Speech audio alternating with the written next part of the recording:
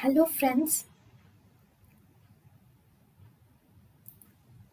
welcome to Creative Medicine. In this lecture, we will learn about. Hello friends, let us now learn some important points about postterm and postdatism. Postdatism is the pregnancy that continues beyond the expected date of delivery or beyond 40 weeks. We call it as postdated pregnancy. Whereas postterm pregnancy is the pregnancy that is continuing more than 42 weeks. We call it as postterm pregnancy. Right now, what are the risk factors of this post-dated or post-term pregnancy? Right, we will see with the help of small diagram of a fetus. Okay, so if this is the uterus and now we have a baby in the uterus.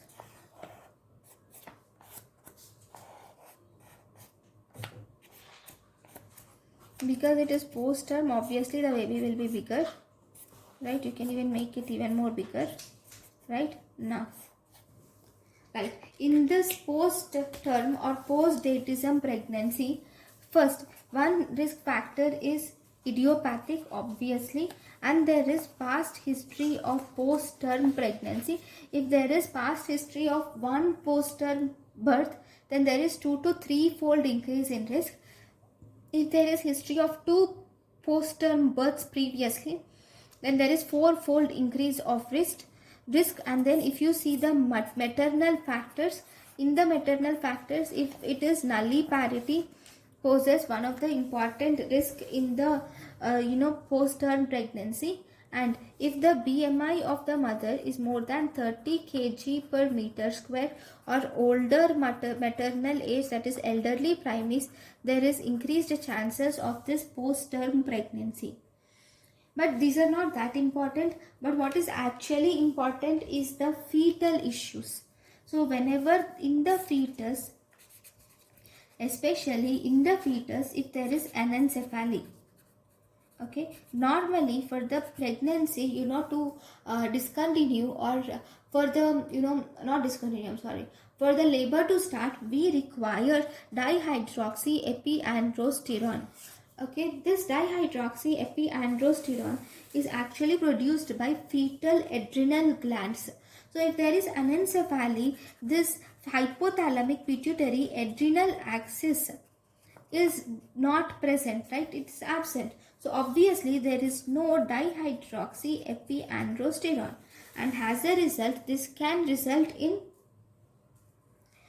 post-dated pregnancy. Second, there can be one more, which is fetal adrenal hypoplasia.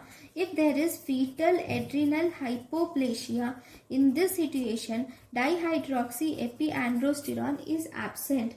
If dihydroxyepiandrosterone is absent in fetal adrenal hypoplasia, then obviously it will result in postdatism or post-term pregnancy, right? And then if there is a deficiency of an enzyme, X-linked placental sulfatase deficiency, normally this X-linked placental sulfatase, normally it converts dihydroxyepiandrosterone to estriol.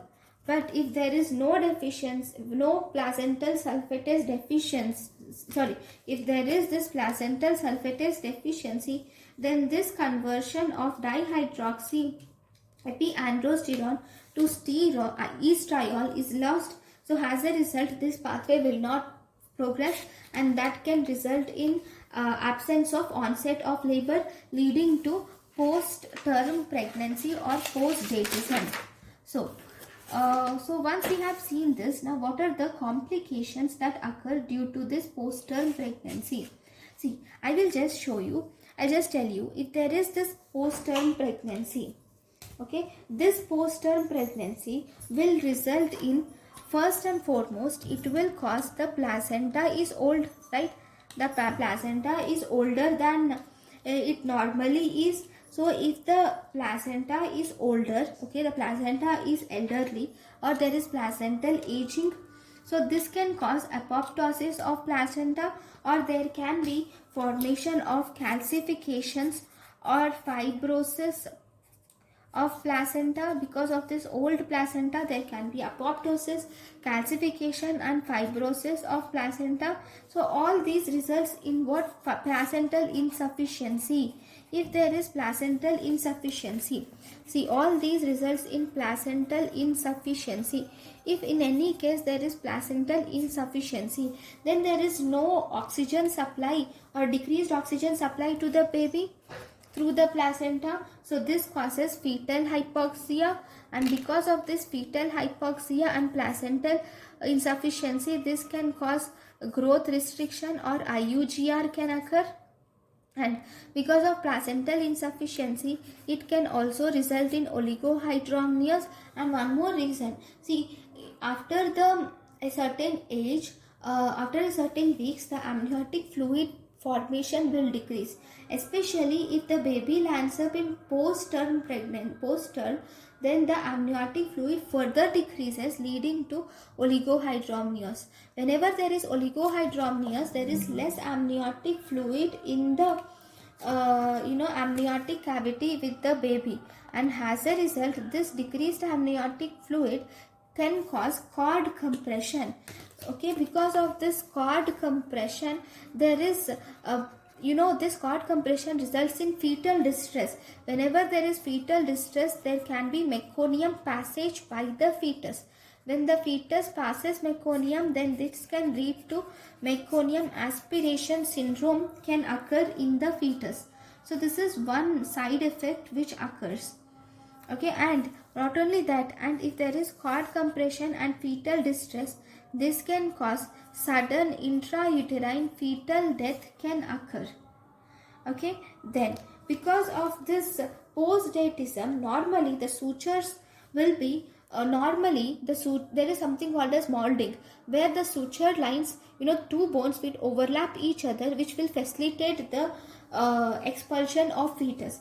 But in postdatism, this sutures which are present, these sutures will close, and because of this suture closure, there is no molding. So it is difficult for the baby to actually pass through the dilated cervix, especially the baby's head. But if it tries to mold, it will result in intraventricular hemorrhage because of this postdatism, right? So these are the major complications that occur due to the postdatism or postdated pregnancy. Right? Fine. So when you see a postdated pregnancy, how do the baby look? The baby is long, okay, and it is thin, and it has long nails. You see the presence of long nails, and you see minimal subcutaneous tissue. Okay, and you also see there is sparse or sometimes absent lanigo hair is seen in the baby, and there is increased scalp hair is seen. Because it is postdated pregnancy, the hair will increase, right? Because the baby is more in the womb, so there is increased scalp hair is seen. And you will see that in the thigh, the skin is loose in the thigh and buttocks. There is loose skin seen in thigh and buttocks, and you will see on the leg and in the hands, you will see prominent creases. Okay, so this is the appearance of post-term baby. Then, if there is post-term baby, first and foremost, you should try for induction of labor. The main treatment is you will have to induce the labor. So you will induce the labor if the delivery does not occur by 41 weeks, then you will have to induce the labor. Especially if the delivery does not occur by 41 weeks, you should induce the labor. Okay, or you can say wait and watch till 40 plus 6 weeks. Okay, if it's low risk. And after that, by 41 weeks, you will have to start inducing the labor. At 41 weeks, you will have to do a score called as Bishop score. So what do you see in this Bishop score? This Bishop score is for induction of labor. In this you have scores from 1 to 0, 1, 2, 3, which shows cervical dilatation, length of the cervix or effacement of the cervix. You see consistency of the cervix, position of the cervix and head station. Okay, if the dilatation is if the dilatation is not there, that is the cervix is closed, then you give the score 0. If the cervix is 1 to 2, then the score is given as 1. If the cervix is 3 to 4, then the score is given as 2. And if the cervix is 5, then the score is given as 3. And if there is length, cervical length or effacement, if the score is more than 4, then the score is given as 0. If length is more than 4 centimeters, then we give the score 0. If it is 3 to 4 centimeters, then score 1 is given. If 1 to 2 centimeters, score 2 is given. If the length is 0 centimeters, then score 3 is given. Then consistency, if it is firm in consistency, if cervix is firm in consistency, then score 0 is given. If cervix is medium in consistency, then 1. If it is soft in consistency, then we give 2. Then position, if you see, if the position is posterior, then you give 0. If the position is midline, you give 1. If the position is anterior, you give 2. If the head station is at -3, 0 score. If the head station is -2, 1 score. If the head station is -1, 0, then it is 2 score. If the head station is +1 and +2, then it is 3 score. So Bishop score we will calculate based on this, and if the score is more than 8, then you can say that the cervix is favorable. Okay, if the score is less than 8, then you will have to induce the labor. Okay, so based on this Bishop score, you can divide whether you are going to induce the labor or whether you are going to wait and watch in this condition, or you will have to wait and watch for delivery, vaginal delivery. Okay, so first, if you see you will learn some important points about induction of labor. So in the induction of the labor, if you see the best drug that is given, first you will have to do cervical ripening. Then the best drug that is given for cervical ripening is you can give dinopristone is the best drug which is given for cervical ripening, which is PGE2 analog. And you can also give Cervi-Prime gel can be given for cervical ripening. Then the side effects of using this Cervi-Prime gel is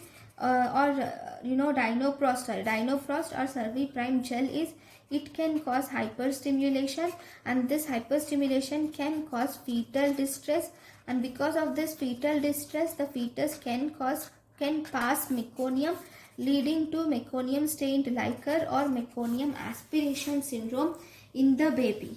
Okay, this is about the cervical ripening. Then after cervical ripening, you will have to do induction of labor. The best drug for induction of the labor is starting with misoprostol, that is PGE1 analog. So this is given in 25 micrograms per vaginally or 50 micrograms per orally. This will activate the contractions of membrane. This induction of labor is this misoprostol is contraindicated, especially if there is history of previous cesarean section. Then you should not give this misoprostol. Then you can also do stripping of membranes. In this stripping of membranes, you will separate the amnion from the uterine cavity. Just you will insert your fingers and you will try to separate the amnion from the uterine cavity. And then you can do augmentation. In the augmentation, with the augmentation you will have to increase the contraction. Augmentation will increase the contraction of the contraction of the uterus. This is done by artificial rupture of membranes with Kocher's forceps. You can use the Kocher's forceps and do an artificial rupture of membranes. If this artificial rupture of membranes does not work, then you can do injection. Syntocinon can be given if the artificial rupture of membranes does not work.